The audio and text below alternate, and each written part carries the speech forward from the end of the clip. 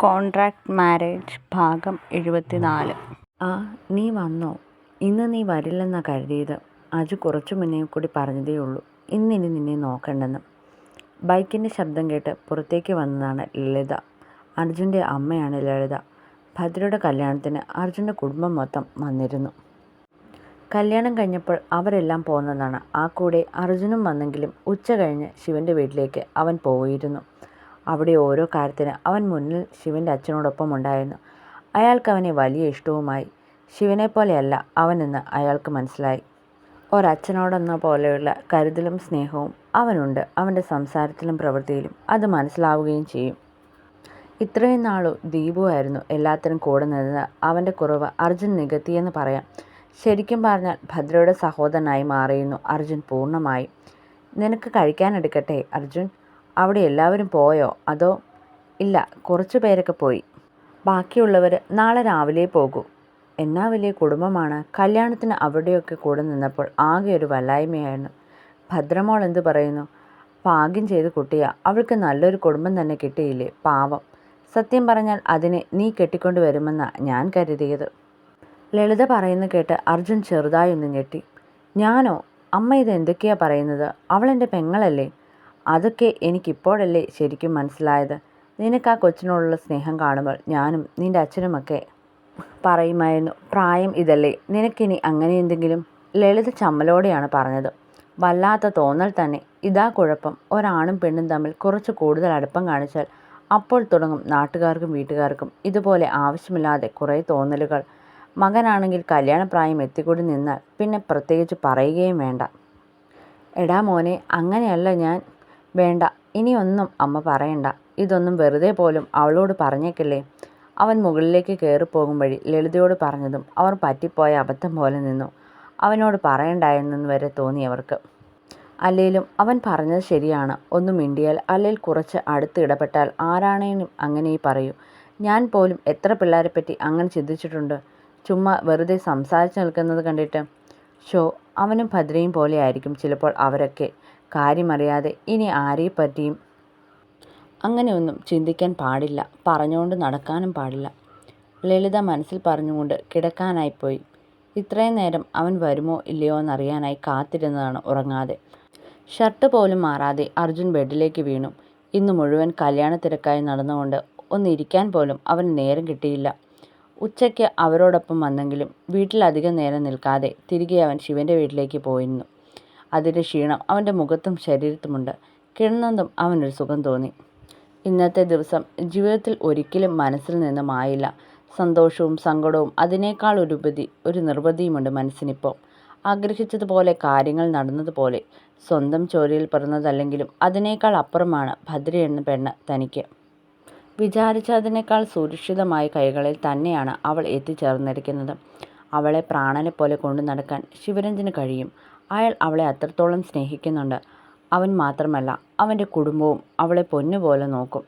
അയാളെപ്പോലെ ഒരാൾ അവളുടെ ജീവിതത്തിലേക്ക് വന്നില്ലായിരുന്നെങ്കിലും അവളെ സുരക്ഷിതമായൊരു കൈകളിൽ ഏൽപ്പിച്ചിട്ടേ തനിക്കൊരു ജീവിതം ഉണ്ടാകുമായിരുന്നുള്ളൂ. ഈ അർജുൻ്റെ ജീവനാണവൾ.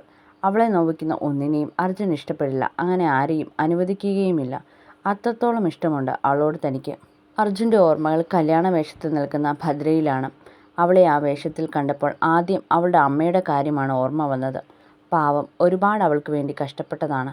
മകളുടെ നല്ല ജീവിതം കാണാനുള്ള ഭാഗ്യം അവർക്കില്ലാതെ പോയി. അവളുടെ അമ്മ മരിച്ചപ്പോൾ അവളെ ഉപേക്ഷിച്ച് പോയ ബന്ധുക്കളെ കല്യാണത്തിന് കണ്ടപ്പോൾ ദേഷ്യമാണ് തോന്നിയത്. അവൾ ആദ്യമേ പറഞ്ഞിരുന്നു അവർ വരുന്ന കാര്യം. അതറിഞ്ഞുകൊണ്ട് തന്നെയാണ് ഒന്നിനും അവരെ ഇടപെടിക്കാതെ ഞാൻ തന്നെ എല്ലാം ചെയ്യാൻ മുന്നിൽ നിന്നത്. അവൾക്ക് വന്നു ചേർന്ന ഭാഗ്യം കാണുമ്പോൾ അവരൊക്കെ അവളെ കൊണ്ട് ഇനി ഞങ്ങൾക്ക് ആവശ്യമുണ്ടെന്നുള്ള തിരിച്ചറിവിൽ എല്ലാത്തിനും മുന്നിൽ നിൽക്കും. അവളെ കൂടെ നിർത്താനും ശിവൻ്റെ കുടുംബത്തിൽ ഉള്ളവരുമായി അടുക്കാനുമൊക്കെ നോക്കും. ആപത്തിൽ കൂടെ നിൽക്കാതെ അവളൊരു പെൺകുട്ടിയായതുകൊണ്ട് മാത്രം അവളെ ഒഴിവാക്കി. അതുകൊണ്ട് ഇനി അവളുടെ ജീവിതത്തിൽ അവരൊന്നും ആവശ്യമില്ല. അവിടെ ഒരാളുടെ ആവശ്യമില്ലാഞ്ഞിട്ടും അതുകൊണ്ട് മാത്രമാണ് താൻ എല്ലാത്തിനും മുന്നിൽ നിന്നത്. പിന്നെ എൻ്റെ പെങ്ങളുടെ കല്യാണമല്ലേ, ഞാൻ വേണ്ടേ നടത്തി കൊടുക്കാൻ? അർജുൻ്റെ മുഖത്ത് സംതൃപ്തി നിറഞ്ഞൊരു പുഞ്ചിരിയുണ്ട്. എനിക്കറിയാം നീ ഞാൻ എന്ത് ഗിഫ്റ്റ് നിനക്ക് തരുമെന്നുള്ള ചിന്തയോടെയാകും അവിടെ നിന്നതെന്ന്. വേറെ ആരും നിനക്ക് എന്ത് തന്നു എന്നൊന്നുമല്ല നിൻ്റെ മനസ്സിൽ. ഞാൻ എന്തു തരുന്നു അതിൻ്റെ വലിപ്പമോ വിലയോ നീ നോക്കില്ല. പക്ഷെ നീ ആഗ്രഹിക്കും. ഇന്നത്തെ ദിവസം ഞാൻ നിന്നെ എപ്പോഴൊക്കെ കണ്ടുമുട്ടിയോ അപ്പോഴൊക്കെ ഞാൻ കണ്ടതാണ് പ്രതീക്ഷയോടെയുള്ള നിന്റെ നോട്ടം. എൻ്റെ കയ്യിൽ ഒന്നുമില്ലെന്ന് കാണുമ്പോഴുള്ള നിരാശ, ദേഷ്യം. അർജുന് ചിരി വന്നുപോയി. ആരുമില്ലാത്ത ഒരുവൾക്ക് ആരെങ്കിലുമായി ഒരാൾ ജീവിതത്തിലേക്ക് വരുമ്പോൾ അങ്ങനെയായിരിക്കുമല്ലോ. മനഃപൂർവ്വമാണ് അവളുടെ കയ്യിൽ കൊടുക്കാതെ അവിടുത്തെ അമ്മയുടെ കയ്യിൽ ഏൽപ്പിച്ചത്. അവളുടെ റൂമിൽ വയ്ക്കാൻ. അതവളുടെ കയ്യിൽ തന്നെ കിട്ടുമെന്ന് ഉറപ്പുണ്ടായിരുന്നു. അവൾ ആഗ്രഹിക്കുന്നതും അതിനപ്പുറം അവൾക്ക് കൊടുക്കാൻ കഴിവുള്ളവനാണ് അവളുടെ കൂടെയുള്ളതെന്ന് അറിയാമെങ്കിലും അത് ഞാൻ വാങ്ങിക്കൊടുക്കും പോലെ ആകില്ലല്ലോ അവൾക്ക്. ഇതുവരെ വാങ്ങിക്കൊടുത്തതുപോലെയും ആകില്ല ഇത്. അവളുമായുള്ള പിണക്കത്തിൽ ഇരിക്കുമ്പോൾ തന്നെയാണ് അതെല്ലാം പോയി വാങ്ങിയത്. അല്ലെങ്കിലും അവളോടങ്ങനെ പിണങ്ങിയിരിക്കാൻ കഴിയുമോ തനിക്ക്? അവൾക്ക് വേണ്ടി എന്നു വാങ്ങുമ്പോഴും ഒരുപാട് വട്ടം ആലോചിക്കണം എന്താ വാങ്ങിക്കൊടുക്കേണ്ടതെന്ന്. അതവൾക്ക് നല്ലതായിരിക്കുമോ, ഇഷ്ടപ്പെടുമോ എന്നൊക്കെയാകും അന്നേരം മനസ്സിൽ. അങ്ങനെ ചിന്തിച്ച് ഒടുവിൽ വാങ്ങിയതാണ് അതെല്ലാം. ഒരുപാട് തവണ പല കടകളിൽ കയറിയിറങ്ങിയതിന് ശേഷം. ഇനി ഇതുപോലെയൊക്കെ ചെയ്തു കൊടുക്കാൻ സാഹചര്യം ഉണ്ടാകുമോ എന്നറിയില്ലല്ലോ. അവളുടെ കൂടെയുള്ള ആൾ അവൾ ആഗ്രഹിക്കുന്ന എന്തും വാങ്ങിക്കൊടുക്കാൻ കെൽപ്പുള്ളവളാണ്. ഏതൊരാങ്ങളെയും പെങ്ങളുടെ കല്യാണത്തിന് വേണ്ടി എന്തെങ്കിലും തൻ്റെ പെങ്ങൾക്ക് വേണ്ടി കരുതി വെക്കും. അതുപോലെ തന്നെയാണ് ഞാനും ചെയ്തത്. കൂടെ അളിയനൊരു ഗിഫ്റ്റും വെറുതെ ഞാൻ ഒഴിവാക്കി അവൾക്ക് മാത്രം വാങ്ങിക്കൊടുത്തു എന്ന് പുള്ളി ചിന്തിക്കരുതല്ലോ. അവളിപ്പം അതെല്ലാം തുറന്നു നോക്കി കാണും. എനിക്കറിയാം നിനക്കിപ്പോൾ ഒരുപാട് സന്തോഷമായി കാണുമെന്ന്. അതൊന്നും വാങ്ങിത്തന്നില്ലെങ്കിലും ഒരു കുഞ്ഞു ഗിഫ്റ്റെങ്കിലും ആഗ്രഹിച്ചവൾക്ക് അതിനപ്പുറം എന്നെക്കൊണ്ട് കഴിയുന്നത് ഞാൻ വാങ്ങിത്തന്നിട്ടുണ്ട്. അർജുൻ്റെ മനസ്സിൽ വല്ലാത്ത സന്തോഷം തോന്നി. ആഗ്രഹിച്ചത് എന്തൊക്കെയോ നല്ല രീതിക്ക് ചെയ്യാൻ കഴിഞ്ഞതിൻ്റെ സന്തോഷത്തോടെയാണ് അവൻ ഉറങ്ങാൻ കിടന്നത്. അവൾക്ക് വേണ്ടി ചെയ്യുന്നതെല്ലാം അവൻ അത്രയ്ക്ക് സ്പെഷ്യലായിരുന്നു. ഒന്ന് നടുവ് നിവർത്തി കിടന്നപ്പോഴേക്കും സമയം കുറേ ആയിരുന്നു. വിചാരിച്ചതുപോലെയൊക്കെ എല്ലാം നടന്നല്ലേ. അവൻ്റെ കല്യാണം നമ്മൾ ആഗ്രഹിച്ചതിനേക്കാൾ നന്നായി നടന്നു. ശിവൻ്റെ അച്ഛൻ ബെഡിലേക്ക് കിടന്നുകൊണ്ട് ഭാര്യ ചന്ദ്രികയോടായി പറഞ്ഞതും അവരൊന്ന് പുഞ്ചിരിച്ചു. അർജുൻ അവൻ മിടുക്കനാ. ദീപുവിനെ പോലെയൊന്നുമല്ല, നല്ല പയ്യൻ. ആഹാ, ഇത്രയും നാളും ദീപുവായിരുന്നല്ലോ എല്ലാത്തിനും. അവനോടുള്ള സ്നേഹം കൊണ്ട് അവൻ്റെ ഭാഗത്തെ തെറ്റുകൾ പോലും ഏട്ടൻ പലതും തിരിച്ചറിയാതെ വിട്ടു. അതൊക്കെ കഴിഞ്ഞ കാര്യമല്ലേ ചന്ദ്രികയെ. ഞാൻ അതൊക്കെ തിരുത്താൻ ശ്രമിക്കുകയാണ്. നല്ലതേതാണ് മോശം ഏതാണെന്നൊക്കെ എനിക്കിപ്പോൾ വ്യക്തമായി അറിയാം. ഇപ്പോൾ ഞാൻ പലവട്ടം ആലോചിച്ചതിന് ശേഷം മാത്രമേ ഓരോന്ന് ചെയ്യാറുള്ളൂ. എൻ്റെ പെങ്ങളും അവരുടെ മക്കളും എങ്ങനെയാണെന്നും അവരെന്തുദ്ദേശത്തിലായിരുന്നു ഇത്രയും നാളും എന്നോടിവിടെ അമ്മയോട് പോലും സ്നേഹം കാണിച്ചു നിന്നെന്ന് പോലും എനിക്കിപ്പോൾ അറിയാം. അവളോടുള്ള അമിതമായ സ്നേഹം കൊണ്ട് പലതും ഞാൻ തിരിച്ചറിയാതെയും മനസ്സിലാക്കാതെയും പോയി. പക്ഷെ കാലം എനിക്ക് മുന്നിൽ പലതും തെളിവ് സഹിതം കാണിച്ചു തന്നു. തെളിവോ? എന്ത് തെളിവ്? ചന്ദ്രിക പെട്ടെന്ന് അയാൾക്കടുത്തേക്ക് ചെരിഞ്ഞു കിടന്നുകൊണ്ട് ചോദിച്ചു. അതെ, അവളുടെ നാവിൽ നിന്ന് തന്നെ ഞാൻ കേട്ടതാണ് അവൾ ഒരാളോട് പറയുന്നത്. അവൾക്ക് എന്നോടും ഈ കുടുംബത്തോടുമുള്ള സ്നേഹത്തിന് കാരണം പോലും ഇതൊക്കെ അവളുടെ കൂടെയാണെന്ന്. എന്നെങ്കിലും ഇതെല്ലാം അവൾക്ക് കിട്ടുമെന്നുള്ള കണക്കുകൂട്ടൽ കൊണ്ടാണ് അവളിങ്ങനെ നമ്മളോട് അടുത്ത് നിൽക്കുന്നതെന്ന്. അങ്ങനെ പറഞ്ഞോ? അങ്ങനെ ഏട്ടനോട് ആര് പറഞ്ഞു? അതൊക്കെ പറഞ്ഞു. ചില കാര്യങ്ങൾ അറിയാൻ നമുക്ക് തെളിവ് സഹിതം ദൈവം ഓരോന്ന് മുന്നിലെത്തിക്കും. അതറിയുന്ന നിമിഷം മുതൽ നമ്മൾ പൂർണ്ണമായി മാറും. എൻ്റെ അവസ്ഥയും ഏതാണ്ട് അങ്ങനെയൊക്കെ തന്നെയാണ്. സ്നേഹത്തോടെ എനിക്കൊപ്പം നിൽക്കുന്നതിന് പകരം അവൾ ചിന്തിച്ചതെന്താ? അവളുടെ സ്വാർത്ഥത. അതുകൊണ്ട് അവൾക്ക് നഷ്ടമായതെന്താ? എന്നെപ്പോലെ ഒരു സഹോദരനെ. അയാൾക്കത് പറയുമ്പോൾ വിഷമവും പുച്ഛവുമായിരുന്നു മുഖത്ത്. പിന്നെ കഴിഞ്ഞതൊക്കെ കഴിഞ്ഞു. എനിക്ക് ഞാൻ ആഗ്രഹിച്ചതുപോലെ 2 പേരെ കിട്ടി. ഭദ്രയും അവളുടെ കൂട്ടുകാരൻ അർജുനും. ഞാൻ ആലോചിക്കുന്നുണ്ട് അർജുനെ നമ്മുടെ കമ്പനിയിൽ കയറ്റിയാലോ എന്ന്. അവൻ മിടുക്കനാ.